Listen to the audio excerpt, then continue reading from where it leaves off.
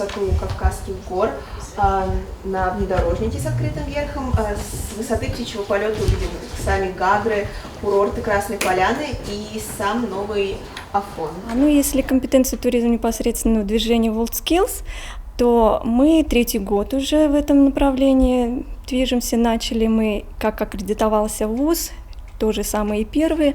В 2018 году у нас прошел первый открытый внутренний межвузовский чемпионат. В результате наши лучшие участники, студенты вышли на отборочный национальный финал в городе Москве и также показали высокие результаты. Для ребят это отличный вариант получить опыт и также прокачать свои навыки. И те ребята, которые по окончанию выходят после чемпионатов, они бывают региональные, национальные, то есть уровень чемпионатов разный, то есть и качество разное подготовки.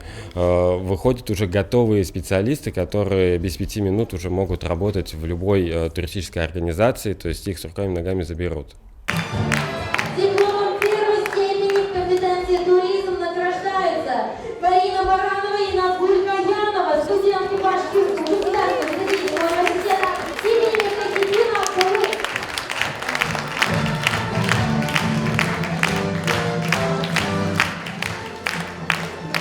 Благодарить всех за прекрасно проведенное время, за новые знания, за новые эмоции, за тот драйв, который мы получили, когда мы слушали работы.